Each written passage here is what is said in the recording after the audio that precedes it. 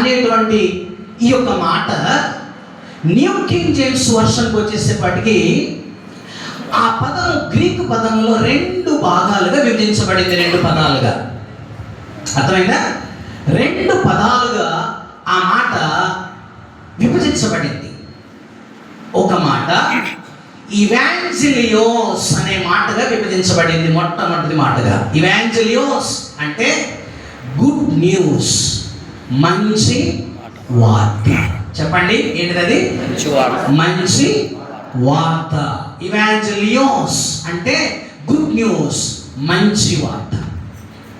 రెండవ పదముగా ఏమి వివరించబడింది అని అంటే ఇవాంజెలోజోమై అని వివరించబడింది. ఇవాంజెలోజోమై అంటే ప్రొక్లైమ్ ద గుడ్ న్యూస్, అంటే మంచి వార్తను ప్రకటించండి.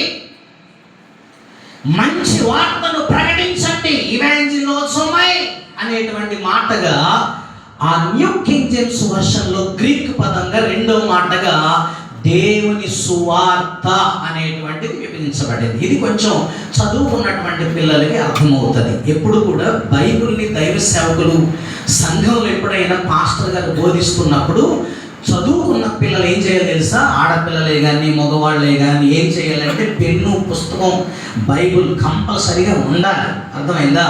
ఎందుకంటే పరిశుద్ధాత్మ దేవుడు ఒక మాట సేవకుల ద్వారా రిలీజ్ చేసినప్పుడు ఆ మాట తిరిగి మళ్ళీ రెండోసారి రాదని. ఒక నూతన అభిషేకంతో దేవుడు మాట్లాడుతూ ఉంటాడు. దాన్ని మనం తెలుసుకోవాలి.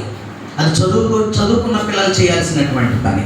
ఓకే, ఇప్పుడు నేను ఆ సువార్త అనేటువంటి గాడ్స్ గాస్పెల్ అనేటువంటి మాట, గాస్పెల్, గాడ్ స్టోరీ, ఇది 2 భాగాలుగా విభజించబడింది. ఇవాంజెలోస్ అనేటువంటి మాట అంటే గుడ్ న్యూస్, మంచి సువార్త. ఇవాంజెలోజోమై అంటే ప్రొక్లైమ్ ద గుడ్ న్యూస్, మంచి సువార్తను ప్రకటించండి అనేటువంటి పదములో ఇంగ్లీష్లో న్యూ కింగ్ జేమ్స్ వర్షన్లో వచ్చేసింది. ఇప్పటికీ మనం ఆలోచించాల్సినటువంటి విషయం ఏమిటంటే అసలు ఈ యొక్క దేవుని సువార్త, అక్కడ మీరు అండర్లైన్ చేసుకోవచ్చు. ఆ ఒక్క మాట గురించి రాత్రి నేను మీతో చెప్తున్నాను. దేవుని సువార్త నిమిత్తమై పౌలు ఏం చేశాడంట? తనను తాను సపరేట్ చేసుకున్నాడు, ప్రత్యేకపరుచుకున్నాడు. ప్రియులారా, ఒక వ్యక్తి ఒక పని కొరకు ప్రత్యేకించబడ్డాడంటే ఎవరో ప్రత్యేకిస్తే అది వేరు. నువ్వు కంపెనీలోకి వెళ్ళావు, నువ్వు ఒక పొలంలోకి వెళ్ళావు, అక్కడ నాటు వేసేవాడిని కొంతమందిని పెడతాడు, నారు పీకేవాడిని కొంతమందిని పెడతాడు. ఉద్యోగంలోకి వెళ్తే అటెండర్గా ఉండేవాడిని ఒకరిని పెడతాడు, అక్కడ కంప్యూటర్ దగ్గర ఉండేవాడిని ఒకరిని పెడతాడు, మేనేజర్గా ఉండడానికి ఒకరిని పెడతాడు, కాఫీ టీలు సరఫరా చేయడానికి ఒకరిని పెడతాడు, బ్యాంక్ ట్రాన్సాక్షన్ చేయడానికి ఒకరిని పెడతాడు. ఎందుకో తెలుసా? ఆ ప్రజలందరూ కూడా, ఆ వ్యక్తులందరూ కూడా ఒకరి చేత అపాయింట్ చేయబడినటువంటి, ఒకరి చేత ఏర్పరచుకున్నటువంటి వారు వారి యొక్క పని కొరకు. కానీ ఇక్కడ పౌలు ఏమంటున్నాడు తెలుసా? నేనే ప్రత్యేకపరుచుకున్నాను. హల్లెలూయా, చెప్తాం హల్లెలూయా. నన్ను నేనే సపరేట్ చేసుకున్నాను, ప్రత్యేకపరుచుకున్నాను. దేనికోసం అంటే దేవుని యొక్క సువార్త కొరకు. హల్లెలూయా. నా ప్రభునందు ప్రియులారా, మనం అందరం కూడా నిశ్చయముగా దేవుని రాజ్యానికి వెళ్తాం. ఆమేన్. ఇంకెవరైనా గ్యారంటీ లేని ఉన్నారు ఇక్కడ? నిశ్చయముగా దేవుని రాజ్యానికి మనం వెళ్తాం. ఒకవేళ నీకు గ్యారంటీ లేకపోతే, నిశ్చయత లేకపోతే, ఈ రాత్రి యేసుక్రీస్తు నామం పేరట ఆ గ్యారంటీ నీకు వచ్చునుగాక. ఆమేన్. మనం అందరం దేవుని రాజ్యానికి వెళ్ళేవాళ్ళమే. అక్కడ మనకు జడ్జిమెంట్ ఉంది, తీర్పు ఉంది. 2 తీర్పులు మనకు ఉన్నాయి.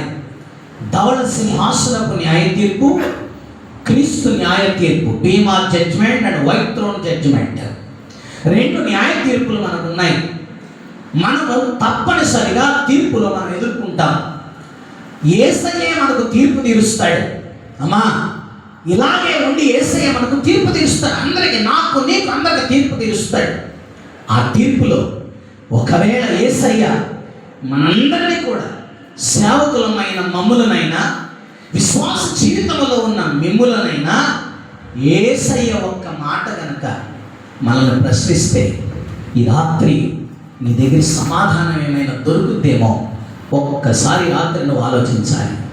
ఆ ప్రశ్న ఏంటంటే, సహోదరి, సహోదరుడా, ప్రియమైన దైవజనుడా, ఆ ప్రశ్న ఏమిటంటే, ఇదిగో నీ కొరకు ఈ పాప భూయిష్టమైన లోకములోనికి వచ్చి నీ పాపం నిమిత్తమై కలువరి శిలువలో రక్తము నీరు కారంత వరకు కూడా ఇదిగో నా జీవితాన్ని సజీవ యాగంగా నీ కొరకు సమర్పించాను, నా రక్తమంతా నీ కొరకు చెల్లించాను, అయితే నువ్వు నా కొరకు ఏం చేశావు అని యేసయ్య నిన్ను నన్ను ఒక్క మాట అడిగితే ఈ మాటకి ఏ సమాధానం ఇస్తాడు? నా కోసం ఈ భూమి మీద ఏం చేశావు అని అడిగితే ఏం సమాధానం ఇస్తావు? ఫ్లైట్లో తిరిగానయ్యా, ఏసీలో తిరిగి సేవ చేశానయ్యా, ఎన్నో మందిరాలు కట్టానయ్యా, వేల ఆత్మలను రక్షించానయ్యా అని అంటావా? ఏమి సమాధానం ఇస్తావు?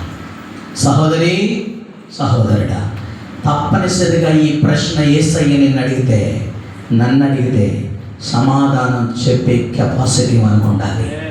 స్తోత్రం చెప్పు గట్టిగా. హల్లెలూయా. ప్రభువునందు ప్రియులారా, గమనించండి. పౌలు అంటున్నాడు, నన్ను నేను ప్రత్యేకం చేసుకున్నాను, నన్నెవడు ప్రత్యేకం చేయలేదు. ప్రభువునందు ప్రియులారా, మనమందరం కూడా పిలువబడిన వారమే, మనమందరం ఏర్పరచబడిన వారమే. అయితే ఈ రాత్రి ఎంతమంది దేవుని పని కోసం ప్రత్యేకం చేసుకున్నారు? ఆమె మన డైలీ డ్యూటీ ఏంటో తెలుసా?